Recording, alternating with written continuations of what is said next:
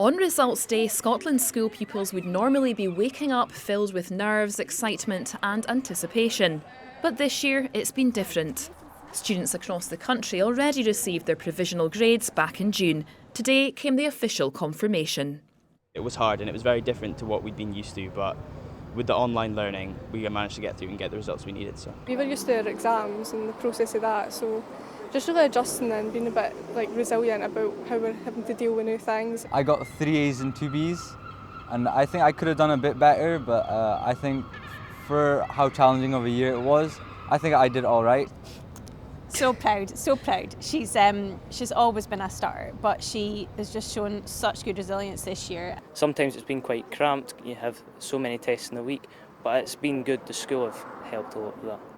For a second year, the ongoing impact of COVID-19 meant formal exams were cancelled, with grades given instead by teachers based on continuous assessment. You know, the hard work that went into that very short period of time, working with the young people and giving them as many chances as they possibly could to evidence their outcomes. And so, yeah, a great deal of relief and pride that we've managed to get there. This year's results reveal a slight fall in the pass rate compared with last year. The figures show the percentage of pupils getting A to C grades in their Highers fell from 89.3% to 87.3%. Advanced Higher candidates achieving a pass dropped to 90.2% from 93.1%. And National 5 scores also fell from 89% to 85.8%. Meanwhile, the attainment gap between pupils from deprived and affluent backgrounds widened slightly over the last year. Despite this slight fall in attainment, the pass rates were better than pre-pandemic level, with the highest number of higher passes recorded since 1999. There was also a record high in the number of pupils receiving A grades. We've seen record numbers of passes for Highers and for advanced Highers, and that's down to the hard work our young people in under circumstances that none of us could imagine, and of course to the magnificent support of the teachers who have helped them through the last year. This year's assessment system differs from that used in 2020 after an outcry over the method put in place to determine grades. An algorithm system led to 125,000 results being downgraded, affecting more than 70,000 pupils. The Scottish Government later reversed the decision, saying students would retain their original marks. It also announced it planned to scrap the country's exam body, the Scottish Qualifications Authority. I'm confident that this is a credible set of results.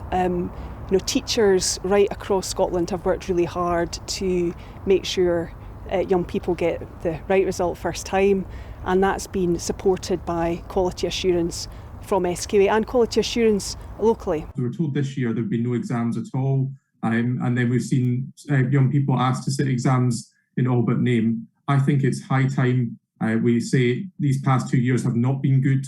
They have let young people down, and it's time to return to the traditional exams we're used to in Scottish schools that have worked well in the past. Scotland's teaching union says whatever system is put in place in the future must be carefully considered.